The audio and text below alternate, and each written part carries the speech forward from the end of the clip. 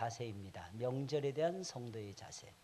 앞으로 이제 일주일 후면은 다음 주가 지나가면 여러분들이 이제 명절에 대해서 이제 지키게 됩니다. 성도들은 어떻게 지켜야 되는가 하는 부분들을 오늘 잘 들으셔야 할 것입니다.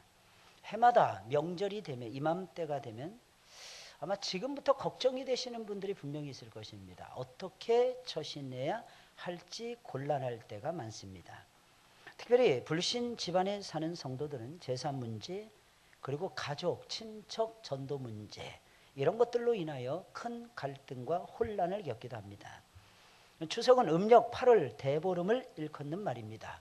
1년 가운데 아마 정월 대보름보다 아마 더 밝은 날이 8월 한가위 아마 이때일 것입니다. 가을에 한가운데 있는 달이라고 해서 중추절이라고 부릅니다.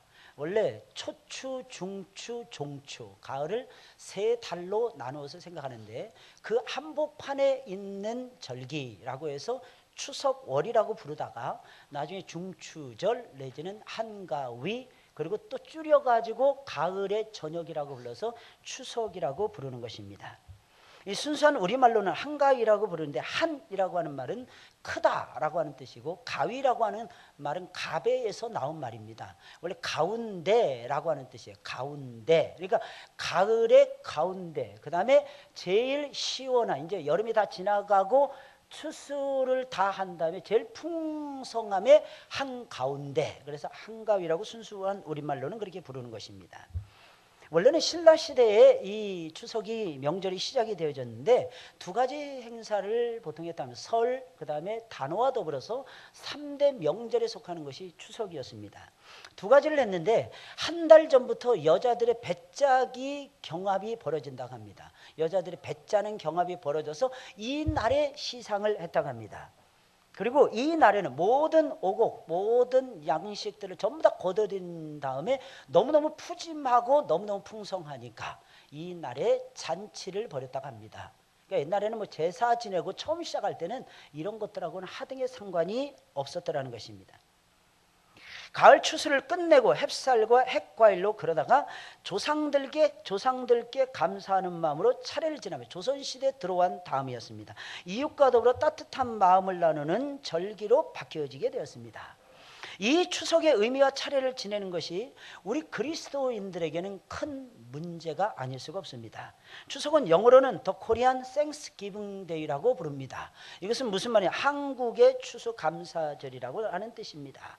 그리스도인들은 가을 추수를 마친 후에 수확의 기쁨과 감사를 하나님께 드려야만 됩니다. 그런데 추석은 죽은 조상들과 귀신들에게 감사를 하며 제사를 드리는 것으로 특징을 내고 있다는 것입니다. 하나님께 돌려야 되는 영광을 귀신들에게 돌리는 것이 추석의 제일로 큰 문제라는 것입니다. 우리가 알다시피 우상 숭배는 하나님께서 가장 미워하시고 진노하시는 큰 죄입니다. 만약에 성도라는 사람들이 우상을 숭배한다면 꼭 기억을 하셔야 됩니다. 무조건 망합니다. 이 무조건 망한다는 것을 여러분들이 주의하셔야 됩니다. 여러분 구약에 보면 북이스라엘과 남조 유다로 나누어졌습니다. 북이스라엘은 처음부터 악한 왕들이 계속 등장합니다. 계속해서 하나님 앞에 죄악을 범합니다. 망할 때까지 죄악을 범합니다. 200년 넘는 기간 동안에 계속해서 죄악을, 거의 300년 가까운 세월 동안에 계속해서 죄악을 범합니다. 그 중에 한복판에 있는 것이 뭐예요? 우상 숭배였어요. 처음부터 금송아지를 만들어댑니다. 이것이 하나님이다 그러면서 하나는 단에다가 하나는 어디냐면 베델에다가 이렇게 세웁니다. 단이라는 장소는 북이스라엘의 끝부분이었습니다. 그 다음에 베델이라고 하는 지역은 유다에 접경되어 있어서 남이스라엘의 한복판이었습니다. 거기다가 두 금송아지를 세워놓고 우상을 숭배하기 시작을 합니다. 그때부터 이스라엘은 망하기 시작해요. 북이스라엘을 창건한 사람은 여로보암이었습니다. 그런데 이 여로보암이 금송아지를 만들어버리고 말았습니다. 그리고 우상을 강요하면서 우상을 숭배하기 시작합니다. 그래서 북이스라엘은 계속해서 망하다가 무려 160년 먼저 남조 유다보다 먼저 망하고야 맙니다. 우리가 기억해야 되는 것이 있어요. 우상을 숭배하면 망하더라는 것입니다. 10살 된 여로보암의 아들, 10살 된 아들이 있었는데 이 10살 된 아들을 먼저 하나님이 데려가 버리십니다. 왜 데려갔냐? 얘는 태어나면서부터 하나님을 경외하던 아이였어요. 그러니까 이 아이를 그냥 내버려 두면 하나님께서 우상을 숭배하도록 만들어 버릴까 봐 여로보암의 아들을 쳐서 여로보암의 아들을 10살 때 그냥 빨리 데려가 버리십니다. 왜 그랬느냐? 그냥 내버려 두면 아버지와 똑같이 우상 숭배할 것을 하나님이 염려하셔서 그렇다라는 것입니다. 이게 하나님 마음이었어요. 우상을 숭배한다는 것은 하나님을 거절하는 행위예요. 하나님께 감사하지 않는 행위입니다. 하나님을 인정하지 않는다는 뜻입니다. 그러니까 무조건 하나님께서 멸망시켜버린다는 것입니다. 만약에 성도들이 우상을 숭배한다면 큰 어려움과 아픔을 겪을 수밖에 없다는 것입니다. 출애굽기 20장 4절 6절에 있는 말씀에 나오고 고린도전서 10장 2절에 21절에 보면 이 내용이 나오고 있습니다. 그래서 하나님이 가장 마음 아파하시며 진노하시는 절기가 제가 생각엔 추석이 아닐까 생각이 듭니다. 그러나 믿는 가족들에게는 하나님께 예배를 드리는 때이고 어려운 이웃들에게 사랑을 베푸는 좋은 명절이기도 합니다. 부정적으로 보면 추석은 하나님께나 믿는 성도에게나 고통스러운 절기이지만 긍정적인 각도에서 보면 부모님께 효도를 다하고 전도의 기회로 삼을 수 있는 좋은 절기가 추석이라는 것입니다. 그리고 명절이라는 것입니다. 그럼 성도가 차근차근 한번 살펴보겠습니다. 성도가 명절에 겪게 되는 상황은 어떻습니까? 여러분, 불신자에게는 추석의 중요한 일 중에 하나가 조상들에게 제사를 드리는 것입니다. 그러나 성도에게 있어서 추석은 가족과 친척을 전도할 수 있는 좋은 기회라는 것입니다. 예수님은 제자들을 부르셨습니다. 그리고 세상으로 보내셨어요. 근데 어떤 모습을 가지고 세상으로 보내셨냐면 전도자의 모습을 띠게 만들어서 세상으로 보내셨어요. 이게 참 놀라요. 잘 들으셔야 됩니다. 예수님은 전도자들을 보내주시는데, 성도들을 세상으로 보내주시는데 어떤 모습으로 보내주시냐? 전도자의 모습을 띠고 세상으로 보내주십니다. 다시 말씀드리면 우리는 세상 속에서 직장에 출퇴근을 하고 그다음에 사업을 하고 일을 하고 공부를 하고 또 세상 사람들을 만나고 이웃을 만나고 또 명절 속에서 가족들을 만나고 이 모든 모습에 우리의 모습은 어떠해야 되냐? 우리의 모습에 전도자의 모습이 나와야 된다는 겁니다. 할렐루야. 목사님 왜 이렇게 무겁게 말씀하십니까? 무거운 게 아니고 여러분 이게 가벼운 거예요. 이게 오히려 이방인들 가운데 내가 내 정체성을 모르잖아요. 내가 전도자라는 사실을 모르면 마음이 무거워집니다. 내가 저들하고 똑같이 해야 되는데 벌써 만나기 전부터 기가 죽고 들어가는 거예요. 만나기 전부터 내가 어떻게 눈치를 봐야 될까. 제가 요즘에 최근 들어서 이 어르신들 이렇게 전도하면서 신방하고 병원 신방하고 우리 권사님들이나 우리 전도사님이나 우리 성도님들 같이 동행했던 분들이 저한테 이구동성으로 그러시는 거예요. 목사님 참 특이하십니다. 뭐가요? 그랬더니 목사님 하나도 기죽지 아니하고 어떻게 그렇게 말씀을 그렇게 예수 믿으라고 또 회개하시고 예수님 믿으셔야 됩니다 라고 말씀하십니까? 그럼 어떻게 얘기해야 되는 거예요 도대체? 어떻게? 제가 무서워서 발발을 떨어야 됩니까? 저기요 어르신 제발 예수님 좀 한번 믿어 주셔야 되겠습니다. 제가 이럴 줄 알았습니까? 말도 안 되는. 저는요 만왕의 왕이신 예수 그리스도의 이름으로 간 거예요.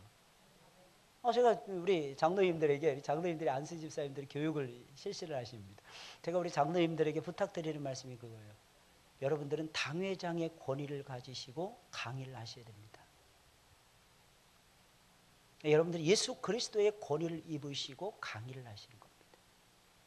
그래서 우리 안수 집사님들에게 교회가 무엇인지 같이 나누고 또 나누면서 배우고 준비하면서 배우시고 또 선포하시면서 배우셔야 됩니다.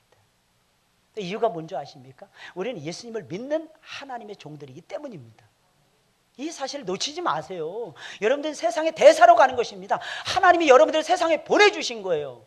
다시 말씀드리면 여러분들은 그렇게까지는 표현하지 못하겠지만 거의 준사도 내지는 속사도의 모습을 가지고 여러분들은 세상으로 가게 되는 것입니다.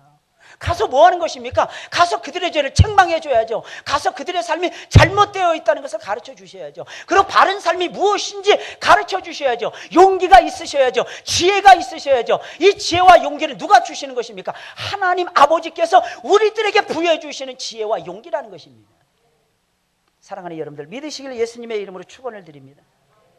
예수님은 사랑하는 제자들을 세상의 전도자로 파송하셨어요. 여러분들은 세상의 빛이십니다. 여러분들은 세상의 소금이십니다. 가서 외치셔야 됩니다. 불신자라고 해서 두려워하지 마세요. 우리는 아브라함이 아닙니다. 우리는 이삭이 아닙니다. 아브라함은 애굽으로 내려갈 때 두려워했습니다. 이유가 무엇이겠습니까? 거기에 하나님이 안 계신다고 생각을 했기 때문입니다.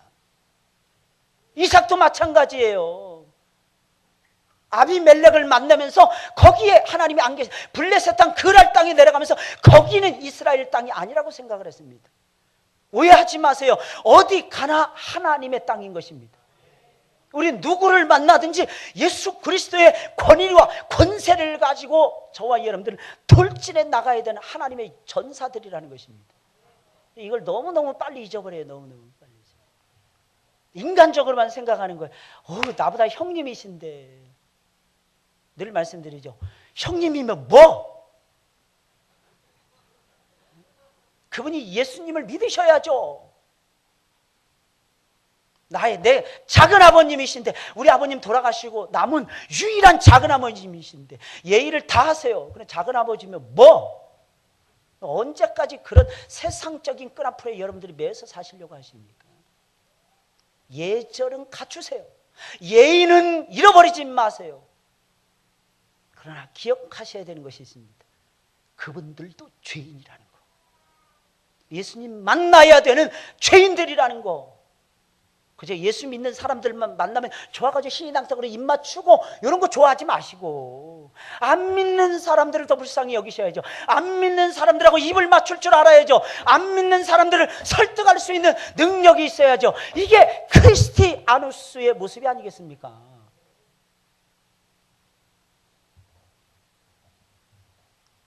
예수님은 사랑하는 제자들을 전도자로 세상에 보내셨어요.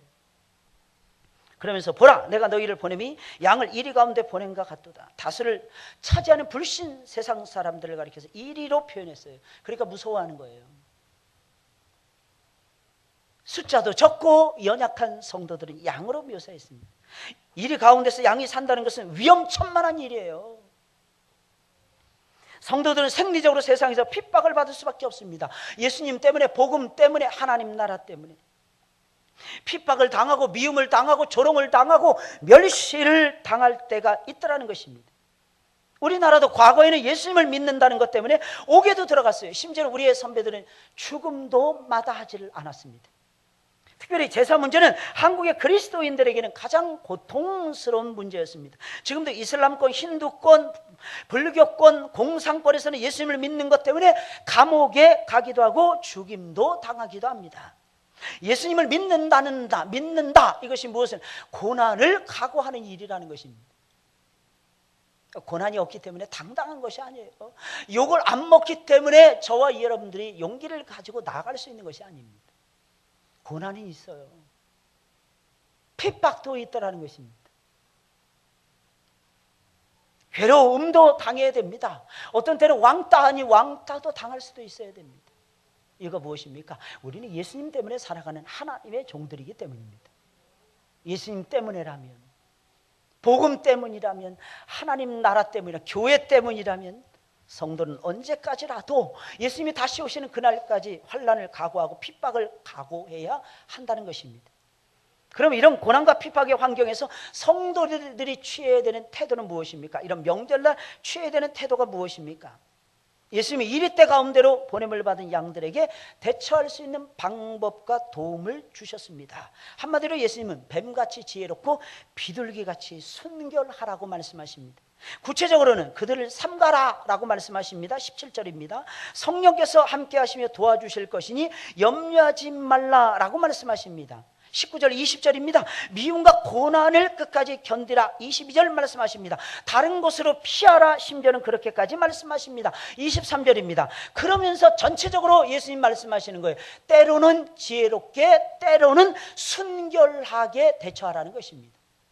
그러니까 지혜로움과 순결함이 같이 가야 된다는 거예요. 우리 양이죠. 양에게 뭐가 있습니까? 발톱이 있습니까? 이빨이 있습니까? 발이 빠릅니까? 양들에게 무엇이 있습니까? 철갑을 두르고 있습니까? 몸에? 양들에게는 아무것도 없어요. 그럼 양들은 어떻게 하느냐? 하나님께 도움을 구할 수밖에 없더라는 거예요. 제일 먼저 양들이 도움을 구하는 것이 무엇입니까? 하나님, 우리를 지혜롭게 하옵소서. 하나님, 나로 하여금 지혜롭게 하여 주시옵소서. 하나님, 당신의 지혜를 나에게 주셔서 내가 이 어려움을 넘어갈 수 있도록 하나님 도와주세요. 그래서 뱀같이 지혜로우라는 것은 바로 이 점을 두고 하시는 것입니다. 그러나 뱀같이만 지혜로워서는 성도의 빛이 안 나타납니다. 이리 빠지고 저리 빠지고 미꾸라지 빠지듯이 지혜롭게 행동하면은요, 세상 사람들을 봤더니, 아, 예수 믿는 사람들을 봤더니, 야, 저 사람들 봤더니 미꾸라지 빠지듯이 저렇게 빠져만 가. 야, 예수 믿는다리 저렇게 믿는다면 나는 안 믿을 거야. 나는 안 믿을 참이야. 세상 사람들에게 감동을 줄 수가 없더라는 것입니다. 그래서 어떤 때로는 비둘기처럼 순결해야만 되더라는 것입니다. 지혜만 가지고 안 된다는 것입니다. 세상에 때가 묻거나 변질되지 않도록 저와 여러분들 순결을 유지해야 되더라는 거예요.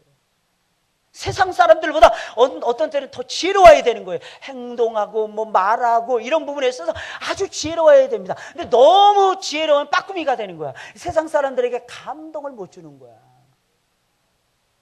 조금 좀 미련할 정도로 순결한 모습을 보여야 될 필요성이 있다는 것입니다.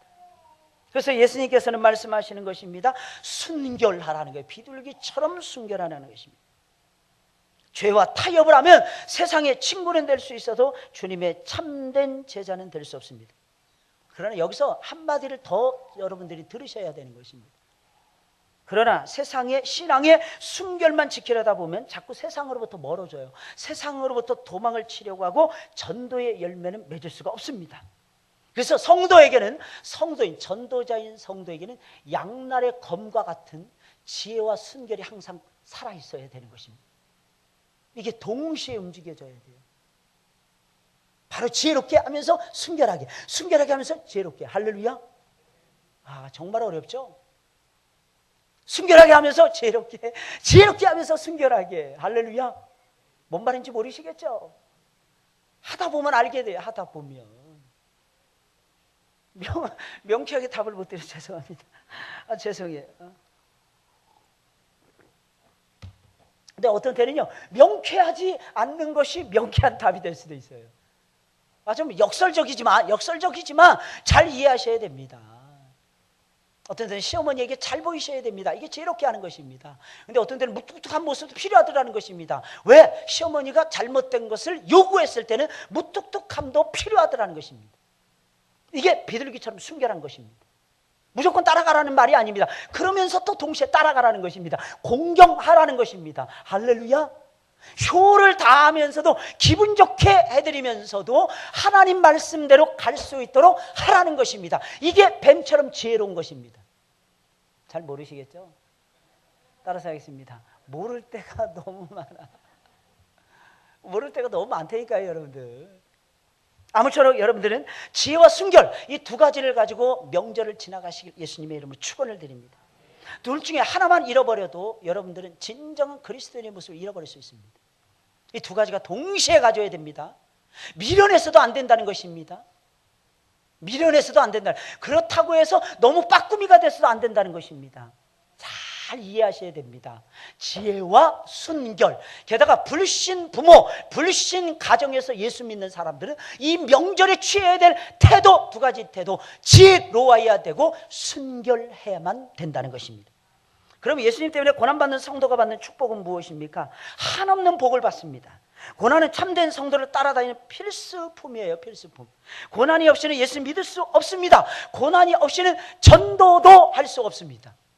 그러니 사랑하는 여러분들, 고난 속에 들어가시길 예수님의 이름으로 축원을 드립니다. 물론 죄 때문에 받는 고난에는 보상이 없습니다. 하지만 예수님 때문에, 복음 때문에, 교회 때문에 받는 고난에는 항상 상과 축복이 기다리고 있는 것입니다. 축복이 있어요. 성령님께서 항상 따라다니십니다. 성령께서 항상 도와주십니다. 끝까지 견디는 자는 구원을 얻습니다. 예수님 때문에 고난을 받는 자는 천국의 주인이 되고 하늘의 상이 크게 된다는 것입니다. 그러므로 성도는 예수님 때문에, 복음 때문에 고난받는 것을 오히려 기뻐하고 즐거워해야 되는 것입니다. 이 땅에 사는 동안에 하나님이 부어주시는 넘치는 복을 받아서 누리기를 원하십니까? 그러면 예수님 때문에, 복음 때문에, 고난 때문에, 교회 때문에 고난을 받으셔야 할 것입니다. 여러분 주님 때문에, 복음 때문에, 교회 때문에 고난을 받지 않는다면 예수님이 예비하신 축복을 저와 여러분들이 받을 수가 없습니다. 사람들이 목사님 기왕이면 고난 없이 복을 받으면 안 될까요? 그럼 하나님 위에서 저는 잘 몰라요. 저는 그렇게 말씀 안 드립니다. 오해하지 마세요. 하나님 위에서 아나복 이랬습니다. 하나님 대가를 정확하게 치르게 하시는 거예요. 우리 이제 미꾸라지 빠지듯이 고난은 슬슬 피해가면서 축복은 딱 먹고 축복은 딱 따고 이렇으면 너무너무 좋을 것이라고 생각을 하죠. 근데 꼭 기억을 하세요. 고난이 없는 축복은 없습니다. 여러분 고난이 있으십니까? 사는 게 힘드십니까? 여러분들에게 복이 임할 것입니다. 사는 게 무조건 처음부터 끝까지 초지일관 즐거우십니까? 초추에도 즐거우십니까? 중추에도 즐거우십니까? 종추에도 즐거워지실 것 같습니까? 그냥 좋다, 너무 좋다 이러면서 여러분들 살아가실 것 같습니까? 미안한 얘기지만 겨울에 힘들게 될 것입니다. 겨울에 힘들게 된다니까요. 그러니까 고난을 받으려면 지금 받으셔야 되는 거예요. 할렐루야. 혹시 남편이 속썩이십니까? 그 남편에게 고마워하세요. 이상하게 속썩이는 남편을 두신 분들은 60이 넘어도 주름살이 안 생기더라고. 하나님 공평하셔. 하나님 공평하셔. 진짜라니까요.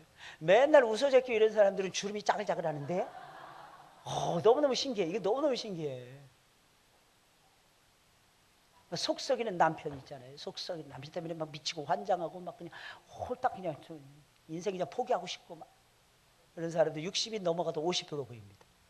할렐루야. 모르시나 보네. 진짜 이게 고난의 섭리요, 고난의 법칙이라는 것입니다. 정말 놀라워요. 정말 놀라워요. 하나님의 역사하시면 정말 놀라우십니다. 그래서 고난을 즐거워하셔요. 오히려 고난 때문에 기뻐하셔야 돼요. 저는 고난받는 분들을 보면 그렇게 부러울 수가 없습니다. 그렇게 얘기하지 마세요. 그럼 목사님이 다 가져다가 고난 받으세요. 제가 다 받을 용인에 있습니다. 왜냐하면 그 다음에 축복이 따라올 것이 그냥 대번 보여지기 때문입니다. 너무너무 신기해. 너무너무 신기해. 나는 왜 젊은 날에 이렇게 안 되지? 젊은 날에 안 돼야지 나중에 잘 되지. 근데 이 믿음 없는 사람은 또 안 됩니다. 이거 기억하죠? 젊은 날에 안 되는데 또 중년에 가서 또 안 됩니다. 중년에서 안 되는데 노년에도 또 안 됩니다. 왜? 젊은 날에 잘 안 돼야지 중년에 가고 노년에 가서 잘 된다는 믿음이 있어야 잘 되는 거예요. 왜? 믿음이 있어야 역사라는 것입니다. 고난을 하나님이 주시는 이유는 믿음 때문입니다. 믿음 가지라고 고난 주는 거예요. 하나님 철저하게 의지하고 하나님 철저하게 사랑하고 하나님의 뜻을 철저하게 따라가면서 하나님의 교회를 이루어가라고, 하나님 나라 확장해 가라고, 천국을 이루어가라고 하나님께서 주시는 것입니다. 근데 그 시간 룰루랄라 딴짓해서 너무 힘들어, 이만 갈았어, 그러면 이빨만 상하는 것입니다. 영광은 없는 거예요. 이만 상하는 거예요. 이만 상하는 거예요. 이는 상했는데 축복이 없다. 여러분 그 삶을 잘못 살아가고 있는 거예요. 믿음을 가지세요. 사랑하는 여러분, 믿음을 가지시길 예수님의 이름으로 축원을 드립니다.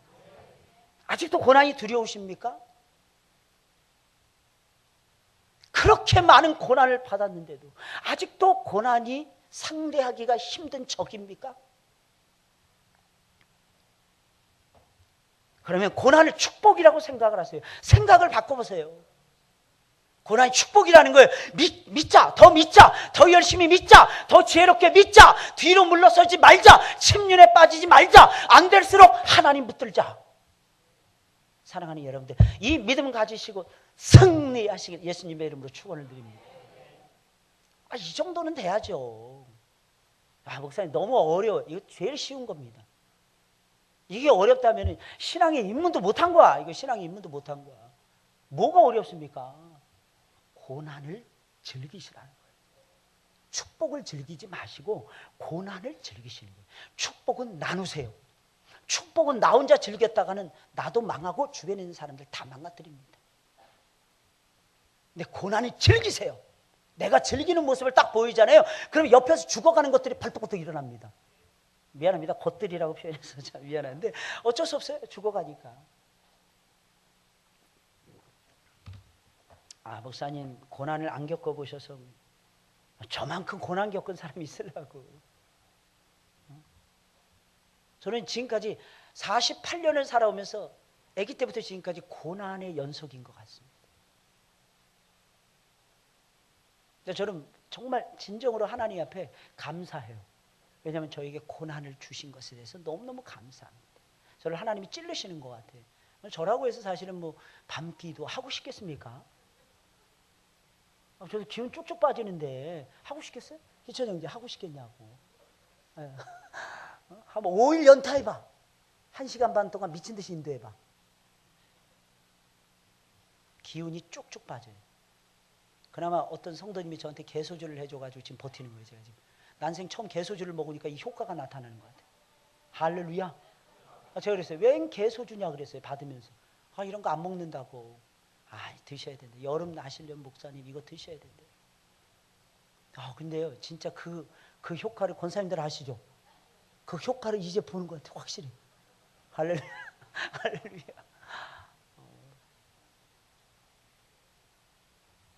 그럼 우리 그리스도인들은 고난이 축복을 하고 생각하잖아요. 그럼 고난이 두려워지지가 않습니다. 그럼 우리 그리스도인들은 어떻게 명절을 지내야 합니까? 어떻게 명절을 지내야 하나님께 영광을 돌릴 수가 있는 것입니까? 첫째, 주일을 명절보다 더 귀하게 여기시고, 사명의 자리를 잘 지키는 명절로 보내셔야 됩니다. 그러니까 사명이 먼저야. 주일이 먼저야. 뭐가 먼저? 예배가 먼저라는 것입니다. 이 의식이 앞서가야 됩니다. 이 의식이 있어야만이 저와 여러분들이 승리할 수가 있게 되는 것입니다. 많은 사람들이 오해해요. 명절날이 주일날하고 겹치거나 이랬을 때 꼭 보면은 뭐 집에서 예배 드릴 수 있다고도 생각을 합니다. 아니에요. 이렇게 회중 가운데 모여지셔야 됩니다. 이사야 마지막 부분에 가면 성문으로 나아가라, 성문으로 나아가라 이런 말씀이 나오고 있어요. 만민을 위하여 길을 들라. 성문으로 나아가라, 성문으로 나아가라. 만민을 위하여 길을 들라. 이 성문은 바벨론 성, 메대와 파사의 성 수상궁을 얘기하는 것입니다. 거기에 포로로 잡혔을 이스라엘 백성들에게 하나님 말씀하시는 거예요. 성문으로 나아가라, 성문으로 나아가라. 그것이 만민을 위하여 길을 드는 것입니다. 이 무슨 뜻이냐면 이스라엘 백성 고레스 왕의 칙령에 의해서 이스라엘 백성들이 예루살렘으로 돌아갑니다. 이 돌아가는 길에 서 있기만 해도 그것이 곧 만민을 사랑하고 만민을 축복해주고 만민을 구원하는 거룩한 행동이라는 것입니다. 그래서 성문으로 나아가라, 성문으로 나아가라, 만민을 위하여 길을 들라. 이 말씀을 이사야 선지자가 외칠 수가 있었던 것입니다. 여러분들, 우리가 세상 사람들을 건지는 방법 아주 간단합니다. 우리가 하나님을 먼저 생각하는 거예요. 세상 어떤 일이 있어도 하나님을 최고로 생각하는 것입니다. 하나님을 1번으로 생각하는 것입니다. 그리고 하나님께 예배를 드리는 것입니다. 하나님 사랑에 대한 표현을 나타내는 것입니다. 특별히 언제 명절 때 이것을 나타낼 줄 알아야 됩니다. 그 세상 사람이 딱 보는 거예요. 야, 예수 믿는다는 건 저렇게 믿는 거야. 어떻게 이 명절날 어떻게 예배 안 드리고 우리한테 당신 역시 우리를 사랑해. 겉으로는 이렇게 말할지 몰라도 예배 안 드리고 명절날 가족들 만나고 친척들 만나고 겉으로는 다 그렇게 말을 합니다. 딱 돌아서면서 뭐라고 얘기하는지 아십니까? 저놈 진짜인 줄 알았는데 가짜였어. 난 진짜인 줄 알았어. 우리가 속았어. 저놈이 진짜 예수쟁인 줄 알았는데 가짜였어. 무늬만 그리스도인이었어. 저는 많이 들었어요. 저한테 와서 그렇게 고백하는 넌 크리스찬들, 불신자들이 많았습니다. 지금 깜짝 놀랐어요. 야, 불신자들 무섭구나. 제 마음에. 두 번째, 불신자들이 정확하구나. 할렐루야. 진짜 이런 데니까요. 우리가 주일을 지키고 예배를 드리고 하나님을 섬기는 건 목숨을 거는 일이에요. 사랑하는 여러분들, 제발 명절날 주일 지키세요. 손님 아니라 할아버지가 오더라도 끌고 오세요, 교회로. 아니면 죄송합니다, 우리 집 지키는 강아지도 없고 하니까 집 좀 봐주세요. 이러시면 되는 거야. 여기서 편히 저올 때까지 편히 누워서 쉬세요. 먼 길 오시느라 고생하셨습니다. 해외에서 왔어. 그럼 더더욱이나 쉬어야지. 쉬도록 배를 해드려야지. 사람 있으면 피곤해지잖아. 제가 뉴질랜드에서 손님을 많이 치러봐서 누구보다도 잘합니다. 저는 한국에서 딱 손님이 오시잖아요. 그러면 집을 나가줍니다. 장 보러 가고 쇼핑 가고 산에 등산 가고 저는 그랬어요. 왜? 그분들이 쉬셔야지. 얼마나 고생인데 주무시고 오세요. 안 쉬어. 목사님 댁에 제가 왔는데 어떻게 제가 쉬고, 목사님 힘들고 사모님 힘드시는데 어떻게 쉬고. 그 마음이 진심이 아니라는 거예요. 그 마음. 그분들은 쉬셔야 되는 거예요. 싹 피해줘. 그 너무너무 좋아합니다. 무슨 말입니까? 하나님 제일주의. 저는 우리 성도님들이 화려한 인본주의자가 아니라, 세상과 쫙 하는 인본주의자가 아니라 화려한 신본주의자가 되기를 원합니다. 멋있는 신본주의가 하나님 앞에서 멋있는 신본주의. 참된 성도는 세상의 명절보다 주일을 더 소중하게 여깁니다. 본 교회에서 사명의 자리를 잘 지키며 주일을 잘 지키는 것이 온전한 주일 성수입니다. 다른 곳에서 지키는 주일 부득이하게 지킬 수가 있을 것입니다. 그것은 온전한 주일 성수의 반토막이밖에 안 되는 것입니다. 그거 가지고는 안 돼요. 온전히 하나님 앞에 드리세요. 할렐루야. 온전히 하나님 앞에 드리세요. 두 번째, 추수감사의 대상은 귀신이나 조상이 아니라 하나님과 사람임을 명심해야 됩니다. 추수감사를 누구에게 하는 것이에요? 하나님에게 해야죠. 여러분, 과일을 잔뜩 쌓아놨습니다. 누구에게 줘야 됩니까? 그 과일을 만든 농부들에게 감사해 보세요. 귀하게 여겨보세요.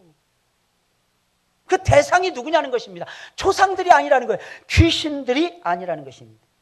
씨를 주시고 열매를 거두게 하시는 분은 하나님이십니다. 비를 주시고 바람을 주시고 해를 주시고 달을 주신 분은 마귀나 귀신들이 아니라는 것입니다. 조상들이 아니라 하나님 아버지라는 것입니다. 세 번째로, 제사는 우상 숭배이며 사기라는 것입니다. 제사를 드리는 것은 우상 숭배이며 사기이니 절대로 성도들은 참여해서는 안 됩니다. 제사는 하나님께서 가장 싫어하시고 미워하시는 우상 숭배 행위이기 때문에 절대로 참여해서는 안 됩니다. 고린도전서 한번 찾아보세요. 고린도전서 10장. 고린도전서 10장 보세요. 20절 21절. 고린도전서입니다.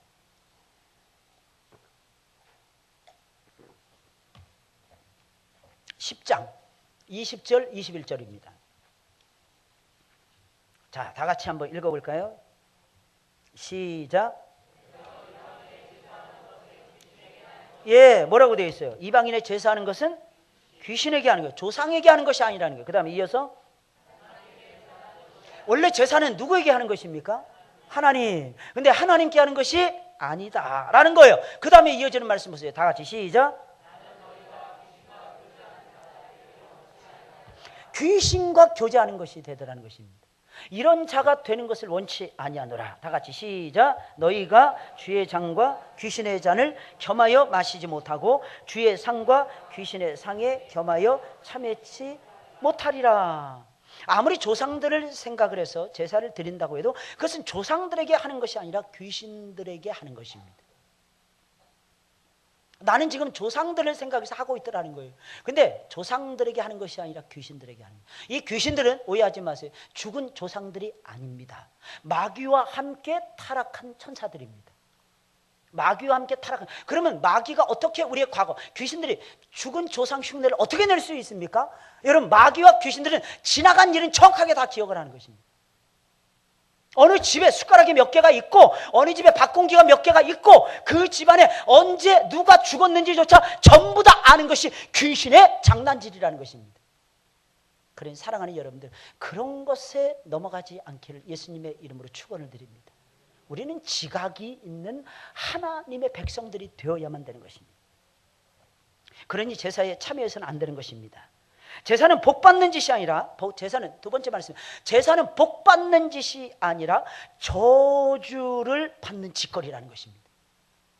이 사실을 우리가 잊어서는 안 돼요. 여러분, 제사를 지낸다, 이것은 복 받는 짓이 아니라 조상들로부터, 조상들의 마음을 달래주고 조상들로부터 복을 받는 것이 아니라 오히려 하나님의 저주를 받는 짓이라는 것입니다. 3, 4대, 심지어는 내가 제사를 지내잖아요. 내가 우상 숭배하잖아요. 그럼 3, 4대 후손들까지도 저주를 받게 하는 지심으로 제사를 드리면 절대로 안 됩니다. 이 내용이 어디 나오느냐? 출애굽기 20장에 나와 있어요. 다 아는 내용이에요. 한번 찾아보세요. 창세기 다음이 출애굽기죠. 출애굽기 20장. 고린도전서 10장 20절 21절 꼭 기억해 놓으시고 밑줄 그어 놓으시고, 그 다음에 두 번째 이 말씀이에요. 출애굽기 20장 4절 6절입니다. 아주 쉽죠. 창세기 다음이니까 너무너무 쉬울 것입니다. 20장 4절 6절 다 같이 시작. 너를 위하여 새긴 우상을 만들지 말고 또 위로 하늘에 있는 것이나 아래로 땅에 있는 것이나 땅 아래 물속에 있는 것에 아무 형상이든지 만들지 말며 그들에게 절하지 말며 그들을 섬기지 말라. 세 가지를 동시에 명시하고 있어요. 하나님께서는 우상인데 하늘에 있는 것이나 하늘을 나는 것이나 그 아래 땅에 있는 것이나 땅 아래 물속에 있는 것이나 아무 형상이든지 첫째 만들지 말라. 첫째 만들지 말라 그랬어요. 만들지 말라. 두 번째 절하지 말라. 절하지 말라. 세 번째 섬기지 말라 그랬어요. 만들지 말라, 절하지 말라, 섬기지 말라. 그 다음 말씀 보세요. 다 같이 시작. 나 여호와 너희 하나님은 잠깐만. 다 같이 읽으셔야 됩니다. 어떻게 저기만 읽었어? 저쪽에만 읽었어요? 다 같이 이쪽도 다 같이 나 여호와부터 시작. 나 여호와 너의 하나님은 질투하는 하나님인즉 나를 미워하는 자의 죄를 갚되 아비로부터 아들에게로 3, 4대까지 이르게 하거니와 나를 사랑하고 내 계명을 지키는 자에게는 1000대까지 은혜를 베푸느니라. 아멘, 아멘. 나를 미워한다. 이게 우상 만드는 것을 얘기하는 거예요. 하나님 외에 다른 형상을 만드는 것을 얘기하는 것입니다. 이런 자의 죄를 하나님께서 몽땅 다 갚아주시는데 그 아비로부터 아들에게까지 3, 4대까지 저주한다는 거예요. 3, 4대까지 징계를 내리신다는 것입니다. 그러니까 여러분들이 만약에 조상들이 우상을 숭배했다, 여러분들 나이 때 비폴 생각 아예 하지 말아야 된다는 거예요. 근데 그걸 끊어놓을 수 있는 가장 확실한 방법이 있습니다. 그게 뭐예요? 끊어놓을 수 있는 가장 확실한, 뭐 조상들이 어떻게 했든지 간에 그걸 끊어버리고 새 출발할 수 있는 밝은 세상 속으로 나올 수 있는 아주 딱 한 가지 방법이 있습니다. 그게 뭐라고요? 회개하고 예수님 믿는 거예요. 그러니까 예수님의 권세가 이렇게 대단한 것입니다. 할렐루야. 근데 예수님 믿으면서도 주일 빼놓고 다른 날, 주일 빼, 우리 주일은 목숨같이 지켜야 되고, 다른 날이 뭐 손 있네 없네. 할렐루야. 손 있습니까? 무슨 손이야? 난 그 손 있다는 게 그거 잘 모르겠어. 손이 있다는 게 손실하는 손을 얘기하는 건가? 아니면 귀신의 손모가지를 얘기하는 것일까? 어떤 건데 예수님이 다 비틀어서 없애버립니다. 예수님이 완전히 비틀어서 없애버린다니까요. 그 손모가지, 귀신의 손모가지는 예수님이 전부 다 비틀어서 없애버립니다. 귀신이 손이 있는지 그건 잘 모르겠지만, 할렐루야. 제발 좀 믿으세요, 여러분들. 그런 거 따지지 마시고 하나님 앞에 예배 드리기에 방해가 된다면 피해 가시는 거고, 예배 드리는데 전혀 지장이 없다, 그럼 아무 때라도 이사하시고 아무 때라도 잔치하시고 아무 때라도 모여서 즐겁게 노세요. 그러면 하나님께서 기뻐하십니다. 할렐루야. 이게 성도의 삶이란, 성도의 삶. 근데 잘 들으세요. 나를 사랑하고 내 계명을 지키는 자, 우상을 멀리하고 징치해버리고 귀신들에게 절하지 않는 이런 사람들. 하나님 진짜 대단하십니다. 저는 이 성경을 읽을 때마다 얼마나 감동을 받는지 모릅니다. 1000대까지 은혜를 베풀어 주리라. 이게 무슨 말이에요? 이게 무슨 말이겠습니까? 예수님 오실 때까지, 1000대라면요 4000년 5000년이 걸리는 시대예요. 시간이 아니죠. 4만년 5만년이 걸리는 시간입니다.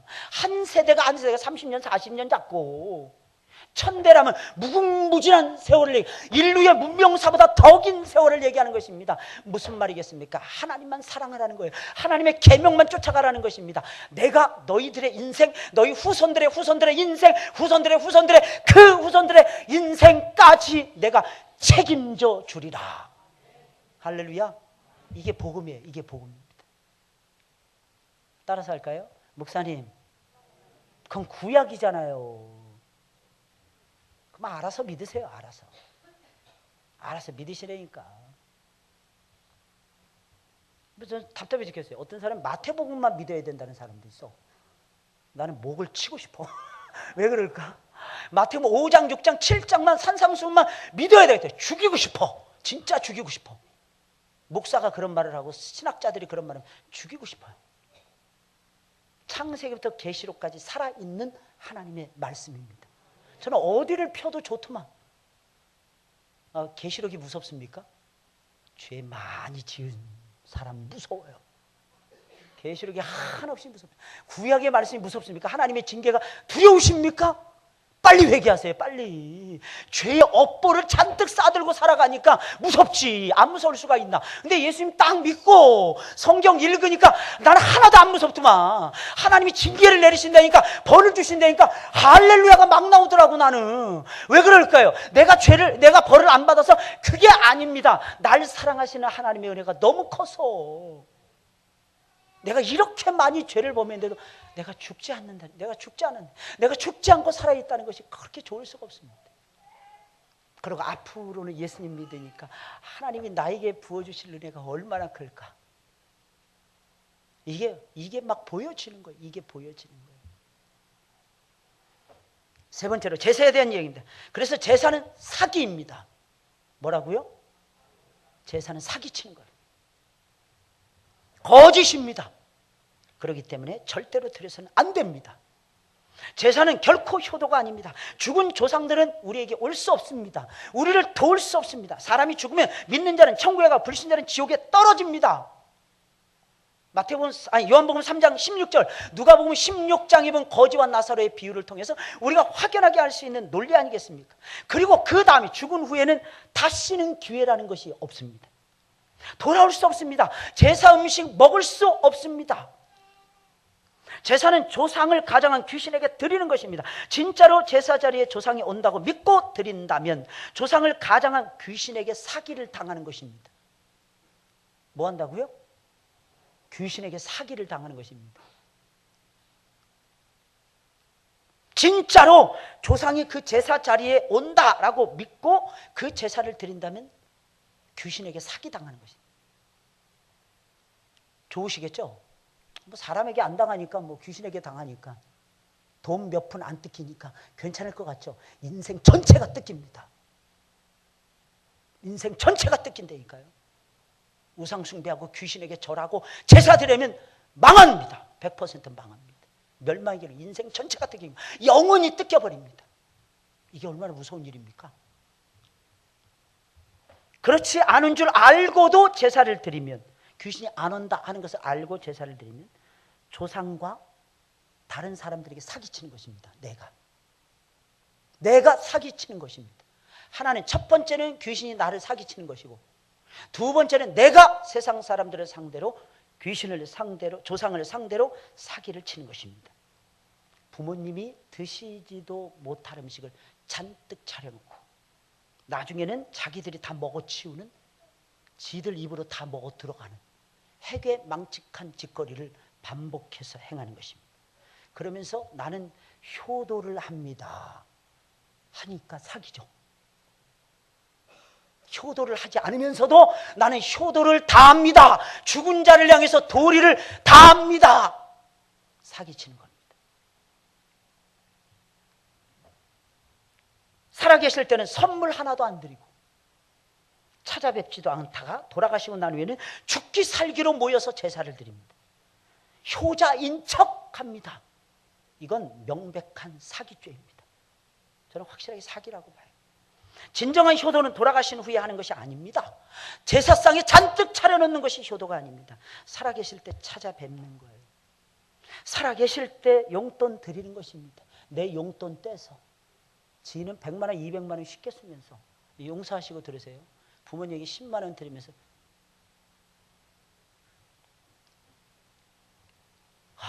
아깝더라. 그렇게 사세요. 축복이 쏟아질 것입니다. 살아 계실 때 한 푼이라도 더 드리세요. 좀 편안하게. 목사님, 그럼 저보고 헌금하지 말라는 뜻입니까? 그 왜 거기다 갖다 붙여? 예수님 말씀하셨잖아요. 가이사의 것은 가이사에게, 하나님의 것은 하나님께. 미치겠어 그런 사람들. 미안합니다. 대가리는 오지하게 좋아가지고 그런 데만 빠꾸미로 돌아가는 거예요. 하나님께 드릴 것은 그냥 딱 결심하고 드리는 거예요. 부모에게 드리는 것도 한몫 떼서 그냥 드리는 겁니다. 내가 설령 굶어 죽는다 할지라도 이게 효예요. 효는 내 목구멍 다 채운 다음에 그렇게 안 됩니다. 그렇게 해서는 할 수조차 없어요. 할 수조차 없습니다. 무엇보다 살아계실 때 전도하셔야 돼요. 구원받게 해드려야 됩니다. 천국에 영원한 소망을 두게 해드려야 됩니다. 그럼 같이 제사 드리면 가능하겠습니까? 영원한 거죠. 그 틀렸다는 것을 목에 칼이 들어와도 외쳤을 때에 그 부모님이 한 번쯤 멈추어서 생각을 하실 것이 아니겠습니까? 아니면 부모, 형제들이 한 번쯤은 멈추어서 생각해 볼 수 있는 찬스, 기회라도 줘야죠. 기회라도 줘야죠. 답답해. 그렇게 머리가 나쁘십니까? 구원은 여호와께로 말미암는 것입니다. 우리는 내 도리 다 하면 되는 거예요. 내 도리. 그래서 참된 효도와 네 번째, 전도를 실천하는 명절을 보내셔야 됩니다. 다섯 번째, 어려운 이웃을 사랑하고 돌봐주며 사랑을 실천하는 명절로 보내셔야 됩니다. 잔뜩 쌓아놓고 내 배만 두드려서는 이게 안 된다는 겁니다. 그 나눠 먹는 거예요. 이웃과 나누어야 돼요. 특별히 한국에는 제가 보니까 제가 외국에서 나그네 세월을 보내서 그런지 몰라도 이상하게 길거리 가다 보면 외국인들이 자꾸 눈에 띄어요. 이 앞에서 보면은 저 다리 놓는 공사를 하는데 그 외국인들이 와서 주로 일을 하대요. 어서 왔니? 그랬더니 걔네들 필리핀에서 온 애들도 있고 다양하더라고요. 한국말 하니까 한국말 조금 해요. 그러면서 일하더라고. 그런 사람들 불쌍히 여기셔야 돼요. 이게 성경적 원리입니다. 나그네들을 불쌍히, 손들, 객들을 불쌍히 여기셔야 돼요. 성도는 추수의 감사와 영광을 귀신에게 돌려서는 절대로 안 됩니다. 오직 살아계신 하나님께 돌려야 합니다. 제사와 우상 숭배에 동참해서는 안 됩니다. 이것은 여러분들이 평생 가지고 다녀야 되는 여러분들의 삶의 기본적인 원리가 되셔야 됩니다. 그것은 우리와 우리 후손이 저주를 받는 일입니다. 나만 망하는 게 아니에요. 내 자식들까지 망하게 만드는. 그 짓을 계속 하시려면 계속 하세요. 그러면서 내 자식 안 된다고 하소연하지 마세요.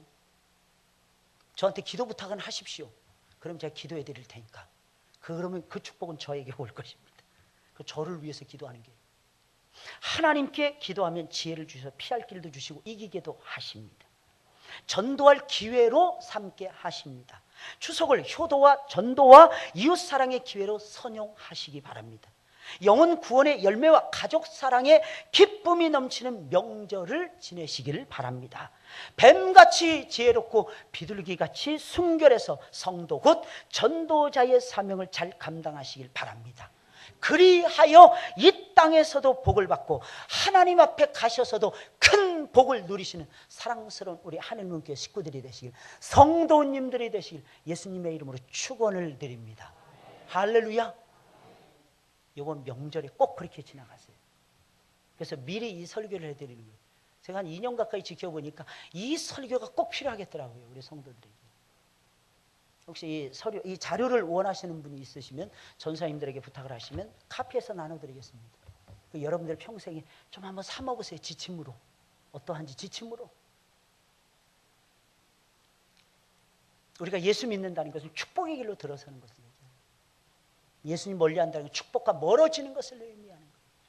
100%입니다. 100%라니까요. 하나님과 귀신을 겸해서 섬길 수 없습니다. 그러면 좋겠죠? 망합니다. 선택하셔야 됩니다. 사는 길, 망하는 사람들은 보면 꼭 망하는 길만 선택하더라고요. 뒤로 넘어지도 코가 깨지는 이유는 뒤로 넘어지다가 돌아버리기 때문에 코가 깨집니다.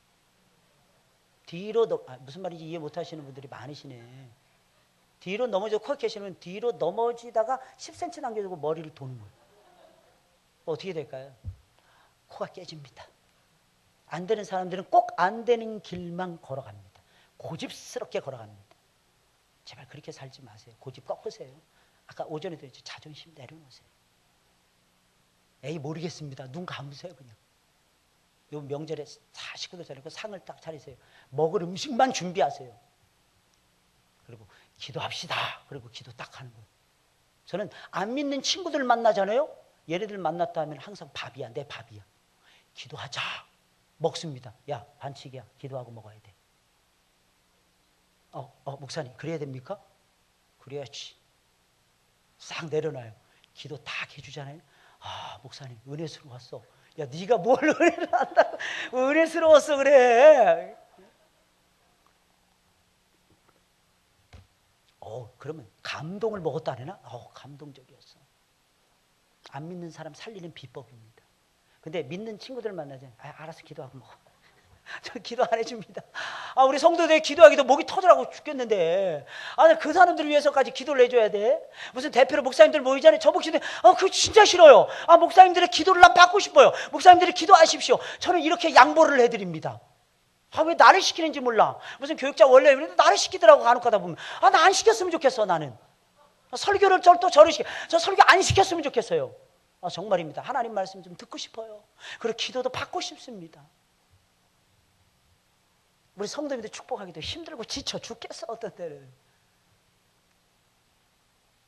근데 안 믿는 사람들한테는 기도도 가르쳐줘야 되고, 우리 다 같이 찬송 부르자. 찬송도 가르쳐줘야 되고. 그래서 여러분들 혹간에 안 믿고 여러분들의 부모님이 돌아가시잖아요. 저한테 장례 부탁해 주세요. 제가 그 장례 분위기를 기독교식으로 싹 바꿔버릴 테니까. 저는 거기서 한 영혼이라도 건질 수 있다면 장례 저는 100번 1000번이라도 집례할 용의가 있습니다. 저거 살리고 싶어요. 살려야 돼요. 그 사람이 안 믿고 죽었는데 죽고 난 다음에 아무 상관없어.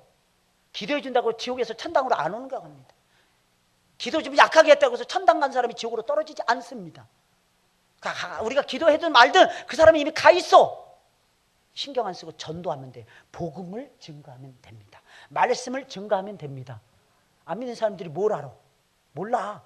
그냥 울기 바빠. 어떤 때는 내 영혼이 은총이고 막 불쌍해 죽겠어.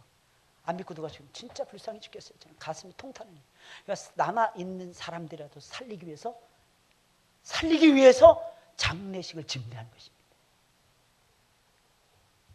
도전적에 대해서 어택하세요. 어택한 사람이 제가 보니까 매력이 있더라고. 맨날 질질 끌려다니지 마시고, 세상은 내 밥이야. 올라가서 취하자. 이 산지를 내게 주소서. 가나안 땅은 내 땅이야. 약속의 땅이야. 아버지께서 내게 주신 땅이야. 가정은 내 땅이야. 가족은 내 구원의 발판이야.